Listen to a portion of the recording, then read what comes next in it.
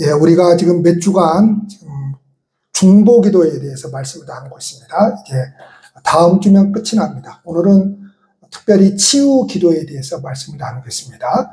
먼저 우리가 다른 사람을 위해서 중보기도할 때에 특별히 병든 사람들을 위해서 기도하는 것이 굉장히 중요합니다. 야고보서 5장 15절에서는 이렇게 말씀합니다. 믿음의 기도는 병든 자를 구원하리니 주께서 그를 일으키시리라. 혹시 죄를 범하였을지라도 사하심을 받으리라 말씀합니다. 예수님께서 이 세상에 오셔서 크게 세 가지 일을 열심히 하셨습니다. 그래서 그 세 가지 일을 삼중사역이다 이렇게 표현을 합니다. 먼저 예수님께서는 이 세상에 오셔서 하나님의 말씀을 선포하셨습니다. 그래서 우리에게 굉장히 중요한 것이 있습니다. 그것은 하나님의 말씀을 선포하는 겁니다. 뭐 듣든지 아니 듣든지 믿든지 안 믿든지 그저 우리의 할 사명은 하나님의 말씀을 선포하는 것입니다. 선포한다라고 하는 것은 무슨 설교를 하라는 것이 아닙니다. 하나님의 말씀을 다른 사람들에게 이야기하는 것입니다.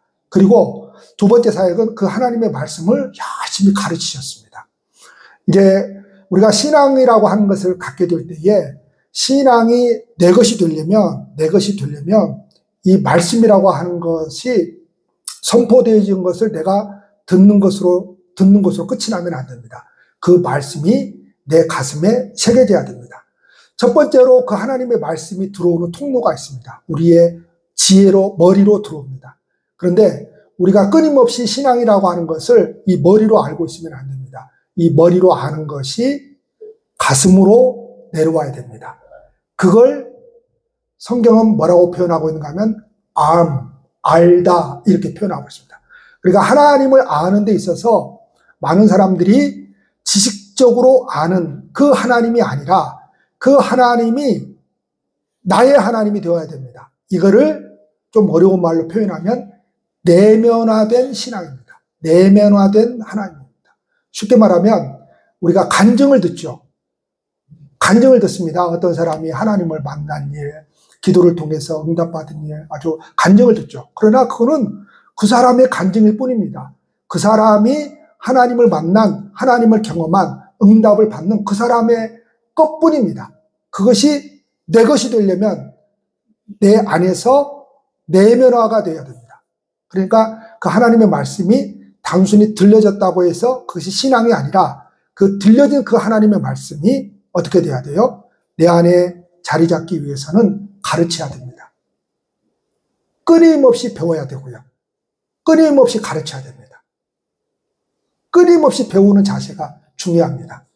여러분, 이런 사람에게는 더 이상 희망이 없습니다. 소망이 없습니다. 나는 다 알아.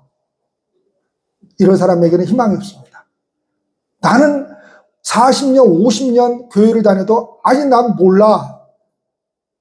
이런 사람에게 희망이 있습니다. 어떻게 인간이 하나님을 다 알 수 있다고 말할 수 있겠습니까? 이 성경의 문자를 다 안다는 말이 아닙니다. 이 문자로 된 이 성경을 다 알아도 우리는 하나님에 대해서 너무 이해를 못합니다. 그러니까 안다고 말할 수가 없습니다. 그래서 끊임없이 우리가 말씀으로 가르침을 받아야 됩니다. 그리고 세 번째 중요한 사역, 치유하셨습니다. 그래서 예수님께서 이 세상에 오셔서 복음을 전하면서 가르치면서 꼭 빼놓지 않는 사역이 바로 치유입니다. 예수님께서 이 세상에 오신 목적, 본질은 병을 치료하기 위해서 이 세상에 오신 분이 아닙니다. 당연히 죄인된 인간을 구원하시려고 이 세상에 오셨습니다. 그러나 예수님은 그 사역을 하시면서 마음의 병이 든 사람들, 육체의 병이 든 사람들 그냥 지나치지 않으셨습니다. 꼭 그들을 위해서 기도해 주셨습니다. 오늘 치유사역에 관해서 한국교회 안에 두 가지 극단적인 입장이 있습니다. 하나는 믿음이 있으면 모든 병을 다 고칠 수 있다라고 하는 믿음 만능주의입니다. 그리고 고쳐지지 않으면 어떻게 해요? 당신의 믿음이 없어서 그런다. 그럽니다. 당신의 믿음이 부족해서 그런다. 참 목사하기 쉽죠. 기도했는데 안 나오면 당신 믿음이 없어서 그래. 당신이 부족해서 그래. 이건 잘못된 겁니다. 성경적이지 않습니다. 자, 또 하나 극단적인 입장이 있어요. 은사중단주의입니다. 이게 뭐예요? 과거로 돌리는 겁니다. 다시 말해서 그때 끝나버린 거야. 과거에나 있었던 일이지 21세기를 살아가는 오늘날 과학과 문명이 이렇게 발달한 이 시대에 그런 일은 없어 라고 과거로만 돌려버리는 겁니다. 은사중단주의자들이 들이내미는 구절이 있어요. 고린도전서 3장 10절. 온전한 것이 올 때에는 부분적으로 하던 것이 폐하리라. 이 말씀을 들이댑니다. 자, 치유라고 하는 것은 하나님 나라와 결부되지 않고서는 설명할 수가 없는 겁니다. 예수님이 말씀하셨죠. 귀신이 쫓아나가는 그곳에 뭐가 임했다 그럽니까? 하나님의 나라가 임했다 그럽니다. 아니 어떻게 귀신이 그 사람을 꼭 붙들고 있는데 하나님의 나라가 임할 수 있습니까? 그럴 수가 없는 거죠. 그 귀신을 쫓아내야만 그곳에 하나님의 나라가 들어갈 수 있거든요. 그러니까 치유사역은 무엇과 연결되어 있는가 하면 하나님의 나라와 연결되어 있습니다. 하나님의 나라는 그래서 우리가 죽어서 나중에 가는 그때에 가서 누리는 그 나라가 아니고 바로 이 땅에서 경험되어지는 이 땅에서 맛을 보는 것입니다. 사실 우리가 하나님에 대한 신앙을 가지고 이렇게 살아가는 것은 무엇 때문입니까? 맛을 봤기 때문입니다. 맛을 못 보면 끝까지 우리가 하나님을 믿고 살아갈 수가 없습니다. 맛을 못 봤는데 어떻게 그분을 의지하고 살아갈 수 있습니까? 그러나 이 세상은 어떤 세상입니까? 죄가 있는 세상이기 때문에 하나님의 것을 100% 맛볼 수가 없습니다. 무엇 때문에요? 죄 때문에. 그런데 하나님께서 우리에게 맛을 보도록 경험하도록 기적이라고 하는 것, 표적이라고 하는 것을 통해서 우리들 가운데 역사를 하신 것입니다. 그래서 여러분 우리가 어떻습니까? 간증이라고 하는 것 다 뭐요? 간증이 특별한 사람에게만 있는 것이 아니고 다 하나님을 믿는 사람들에게 간증이 있는 것이죠.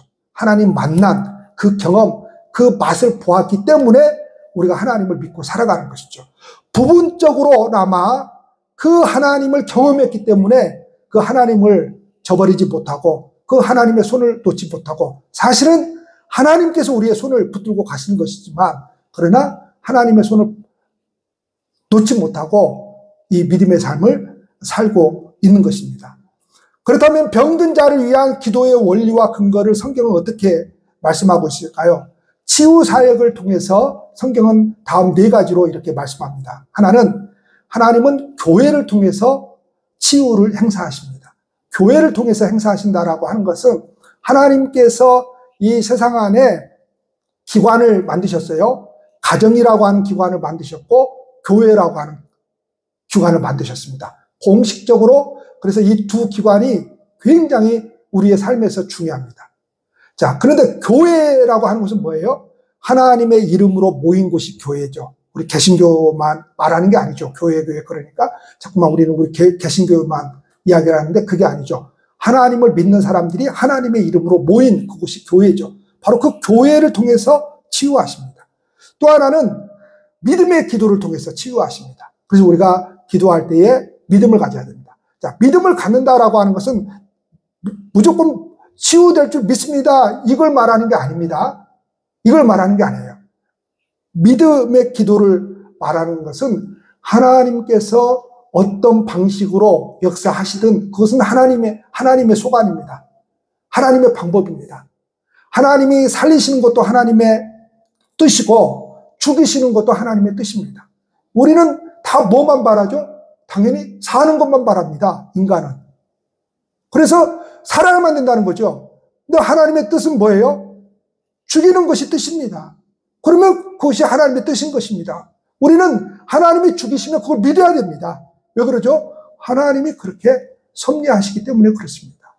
세 번째는 하나님은 때로 타인의 믿음을 통해서 역사하십니다. 오늘 백부장 사건은 누구의 믿음입니까? 그 백부장 하인을 고치신 것은 그 하인의 믿음이 아니죠. 백부장의 믿음입니다. 이 백부장이 얼마나 이 사람이 귀한 사람인지 로마의 장군이거든요. 백부장이라고 하는 것은 100명의 군사를 거느리고 있는 장군이거든요. 그런데 세상에 자기 하인을 위해서 이렇게 예수님께 와서 이렇게 기도를 요청하고 나음을 요청하는 것은 정말 대단합니다.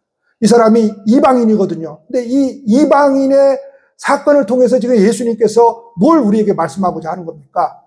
하나님의 백성들이라고 하는 유대인들은 믿지 않았는데 누가 믿는다는 거예요? 이방인들이 믿는다는 거죠. 자, 복음이 왜 이방인에게 넘어와 버립니까? 하나님의 백성이라고 자처하는 이스라엘 백성들이 복음을 받아들이지 않으니까 그들로 하여금 시기나게 하기 위해서 그 복음이 어디로 넘어가 버립니까? 이방인에게로 넘어가 버리죠. 그래서 이방인들이 그 예수님을 통해서 구원을 맛보게 되죠. 그래서 이스라엘 백성들로 하여금 시기나게 만든다라고 하는 것이죠. 나중에 이제 이사야서 19장에 가보면은 이제 이집트도 구원하고 이제 그 고대 중근동 지역의 그 나라들도 다 구원한다는 그런 말씀이 있어요. 정말 하나님의 섭리가 묘한 것이죠. 자, 네 번째는 우리의 신유사에게는 언제나 영적 사역이 동반되어야 됩니다. 이 말은 무슨 말인가 하면은, 자, 치유가 되었다고 해서 이 사람이 구원받는 거 아닙니다, 여러분. 치유라고 하는 것은 어디에나 다 있습니다. 거기에 단순히 하나님의 이름만 빌려와서 했다고 해서 그것이 뭐예요? 하나님의 역사 구원받았다고 생각하면 안 됩니다. 구원이라고 하는 것은 무슨 기적을 경험했다고 해서 여러분 구원받았다고 생각하면 안 됩니다. 그거는 시작에 불과합니다. 하나님의 살아계심을 나타내 주신 거예요. 그리고 예수님을 영접한다, 하나님을 섬긴다, 이거는 기적하고 상관이 없는 겁니다. 그것은 출발입니다. 그 다음에 하나님이 요구하시는 것은 뭐예요? 인격적으로 당신을 모셔드리라고 하는 것이죠. 그 인격적으로 모셔드린다라고 하는 것은 이후부터 평생의 삶을 하나님을 섬기면서 살아가겠다라고 하는 것이죠. 여러분, 70년대, 80년대, 60년대부터 70년대, 80년대 얼마나 많은 교회에서 치유의 역사들이 일어났는지 모릅니다. 그때에는 부흥회 하면은 어떤 부흥회였습니까? 참 어려운 시대이기 때문에 설교 전하고 말씀 전하고 그 다음에 꼭 뭘 했습니까? 꼭 아픈 사람들을 위해 기도했죠. 그때에는 아픈 사람들도 정말 많았습니다. 그래서 그 기도를 받기 위해서 다들 이 강대상 앞으로 나왔죠. 그때의 치유의 역사가 얼마나 많이 일어났습니까? 그런데 여러분, 그 많은 사람들이 치유를 경험했어도 다 예수 믿고 살아갑니까? 그렇지 않죠. 병만 낫고 신앙생활을 하지 않는 사람들이 얼마나 많은지 모릅니다. 그렇다고 해서 그 사람들이 교회에 나와가지고 하나님의 이름으로 기적을 경험했으니까 구원받느냐? 천만에요. 구원 못 받습니다. 왜냐? 기적을 경험하는 거하고 그리고 그 예수님을 인격적으로 내가 모셔드리는 거하고는 완전 다른 겁니다. 인격적으로 모셔드린 사람은 하나님을 예배하는 존재로 살아갑니다. 하나님을 예배하는 존재로 살아가는 거예요.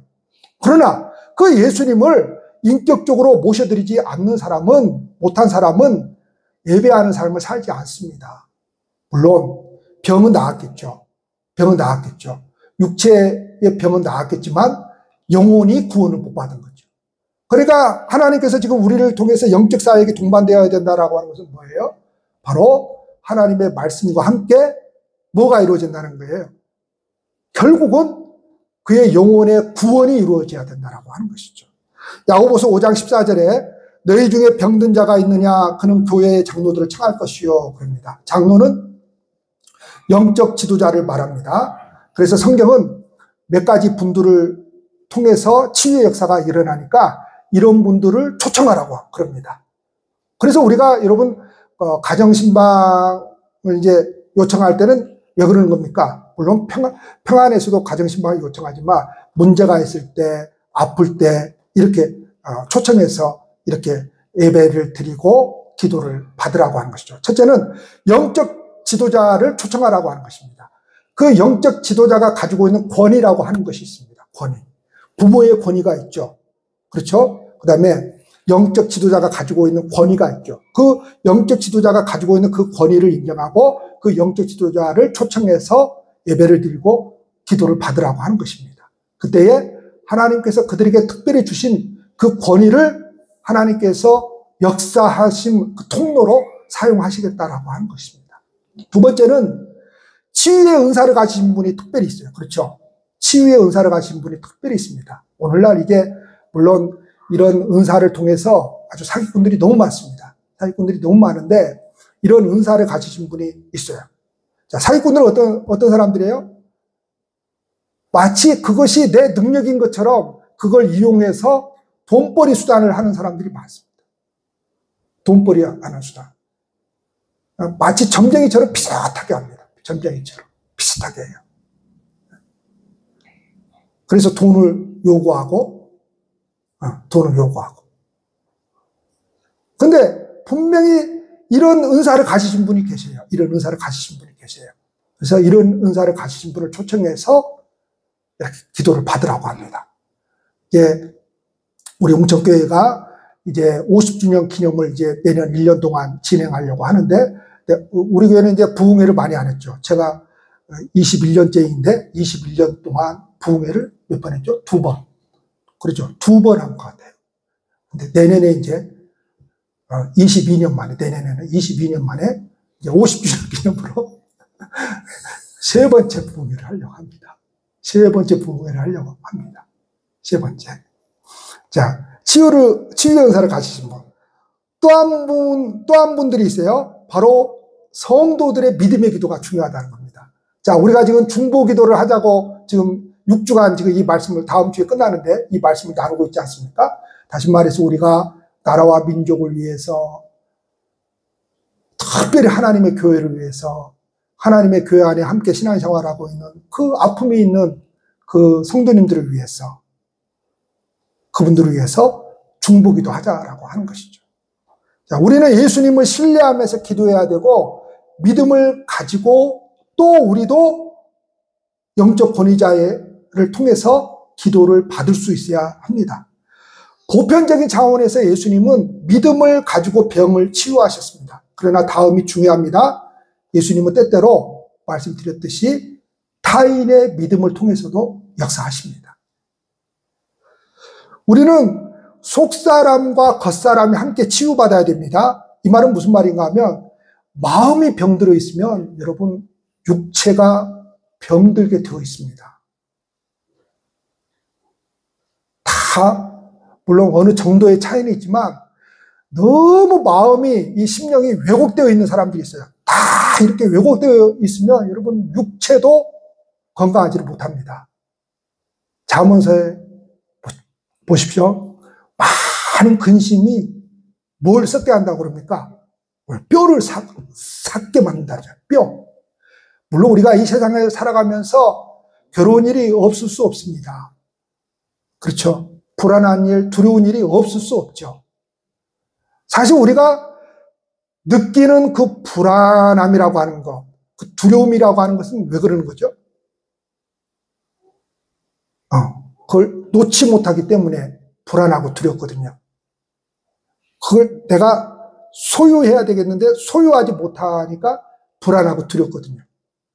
내가 뜻하는 대로 이루어져야 되는데 그러지 못할 때 우리는 불안해하고 두려워하거든요. 그래서 예수님이 끊임없이 불안해하지 말아라, 두려워하지 말아라, 내가 너와 함께 하겠다, 이런 소리를 많이 하신 것은 왜 그러는 거예요? 사람들이 그 무거운 짐을 지고 산다는 것이죠. 그 무거운 짐이 뭐예요? 인간이 내가 내 인생을 다 해결하려고 하는 그 무거운 짐을 지고 산다는 것이죠. 그 무거운 짐. 그래서 예수님이 뭐라 하십니까? 내게 오라는 거죠. 내게 오라는. 내 짐은 너무 가볍다는 거예요. 이 말이 무슨 말이에요? 우리가 인생을 살아가면서 우리 인생의 문제를 다 해결할 수 없습니다. 사실은 내 인생, 나도 나를 모릅니다. 나도 나를 몰라요. 나도 내 인생을 어떻게 할 수가 없습니다. 자식 인생 여러분 우리 마음대로 안 됩니다. 자식이 어떻게 우리 마음대로 됩니까? 안 됩니다. 어떤 누구의 인생도 마음대로 안 됩니다. 근데 우리는 그게 내 뜻대로 될 것처럼 우리는 생각을 하잖아요. 이래서 무거워요. 이래서 정말 무겁습니다. 이래서 내가 모든 걸 책임지고 살아가는 것이 얼마나 무겁습니까? 그리고 여러분 우리나라의 50대 중년의 남자들이 제일 자살률이 높다고 합니다. 그리고 고독사가 50대에 제일 많다고 합니다. 물론 이제 60대도 많고 50대 후반에서 60대 이 정도 되겠죠. 이때 제일 많다고 합니다. 왜요? 갈 데가 없답니다. 여인들이요, 불쌍히 여기소서. 갈 데가 없답니다. 돈은 벌어다 줬는데 가족들이 뭐예요? 남자들이 열심히 가정을 지키기 위해서 살리기 위해서 돈 벌어다 줬는데 나중에는 가족들이 다 싫다는 겁니다. 뭐예요? 내가 함께 하지 못한 시간들이 너무 많았다는 거죠. 그러니까 이게 대화가 안 되는 거예요. 대화가. 그러니까 여러분 남자들도 마찬가지예요.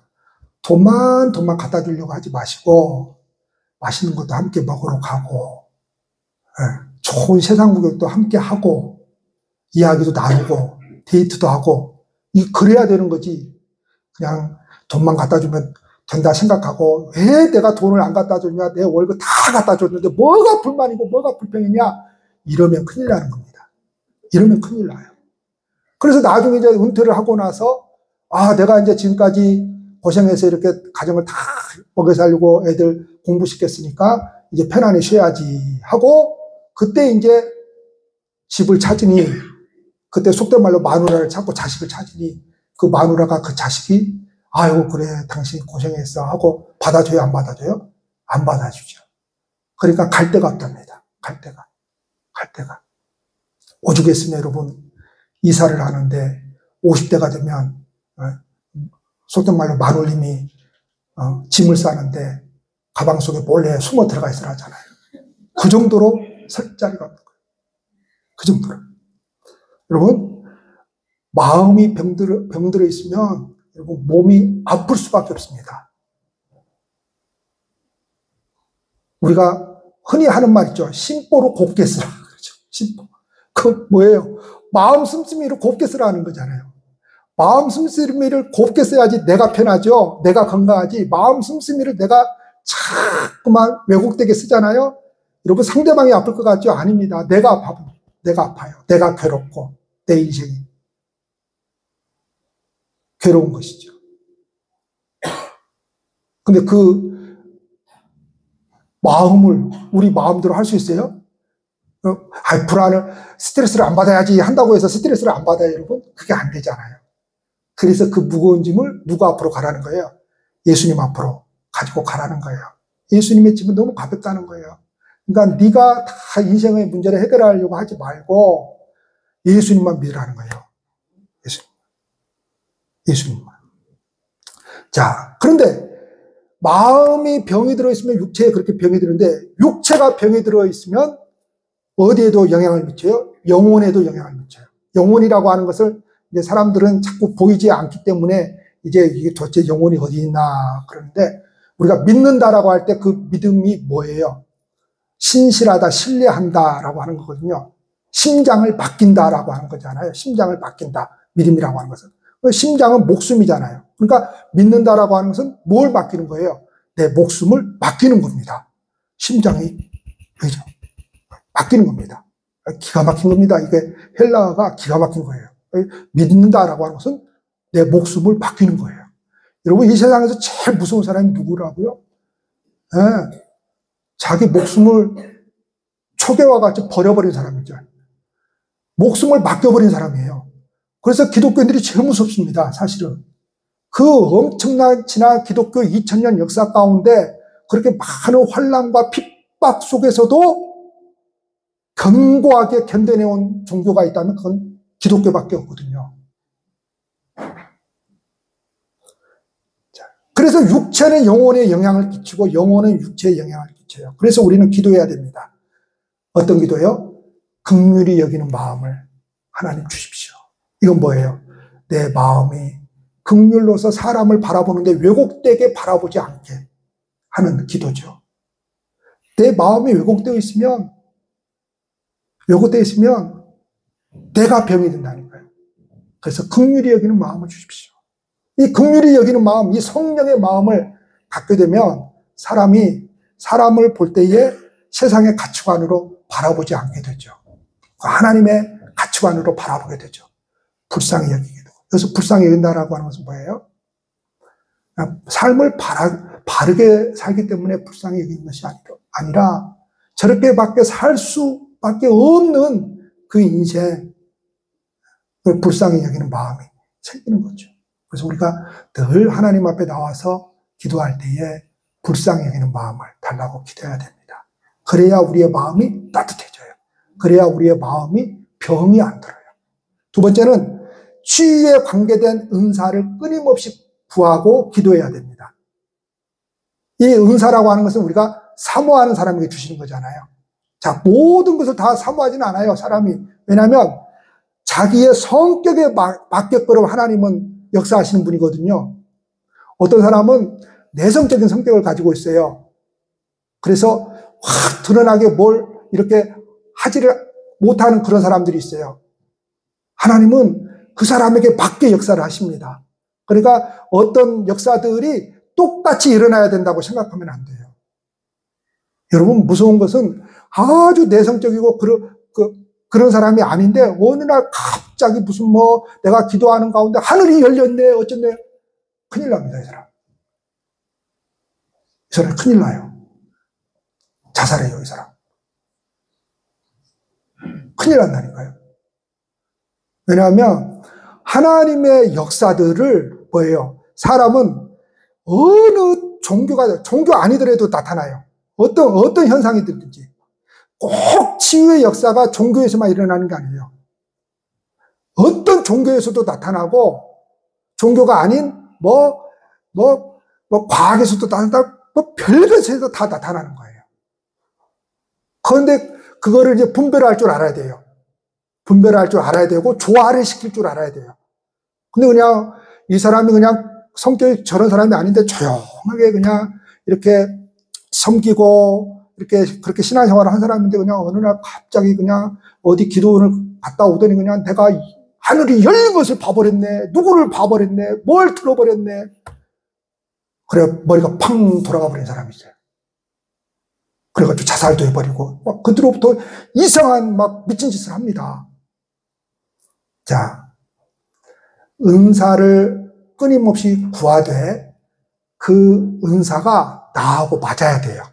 나하고 맞아야 돼요. 목사님 저도 마찬가지죠. 우리 교회는 끊임없이 성경 공부를 이어오고 있는데 여러 가지 방법으로 그건 왜 그런 거예요? 내가 너무 좋아하기 때문에 그래요. 그런 방법을 성경 공부 함께 모여서 공부하고 삶을 나누고 이게 너무 좋으니까 나에게 맞는 거예요. 그냥 예수 믿을 때부터 지금까지 아마 은퇴할 때까지 그런 거예요. 이게 맞는 거예요. 그러니까 나에게 맞는 것을 이렇게 맞는 것으로 하나님은 일하시지 그냥 나하고 전혀 맞지 않는데 그런 식으로 일하시지 않습니다. 하나 더 믿음으로 기도하면서 하나님의 때를 기다릴 줄 알아야 됩니다. 자, 우리가 이 말씀 나누기 전에 신약 성경을 매주 한 장씩 나누면서 요한계시록까지 말씀을 나누었잖아요. 자, 성경에서 끊임없이 이야기하고 있는 하나님의 은혜라고 하는 것은 무엇인가 하면은 인내하라고 하는 것입니다. 견뎌내라고 하는 것입니다. 그 사람들에게 복이 있을 것이라고 하는 것입니다. 그래서 성경은 끊임없이 우리를 향해서 뭐라고 말씀하고 있어요? 기다릴 줄 알아야 된다고 말씀하고 있습니다. 우리는 너무 성질이 급해가지고 치유의 역사도 그냥 어떤 식으로 생각을 해요? 그냥 한번 가서 그냥 한번 딱 그냥 기도하면 그냥 바로바로 그냥 치유가 되어야만 그게 하나님의 기적이라고 생각을 해요. 그 순전히 우리 인간의 욕심입니다. 인간의 욕심이에요. 우리는요, 하나님의 은혜를 구할 때에 너무 쉬운 은혜를 구해요. 고생하지 않고 그냥 되어지는 그 은혜를 너무 구해요. 근데 여러분, 그렇게 받은 은혜는 쉽게 나에게서 사그라들어 버립니다. 근데 어떤 은혜가 나에게서 오래도록 머무는 겁니까? 40일 금식 기도가 오래도록 머무는 거고요.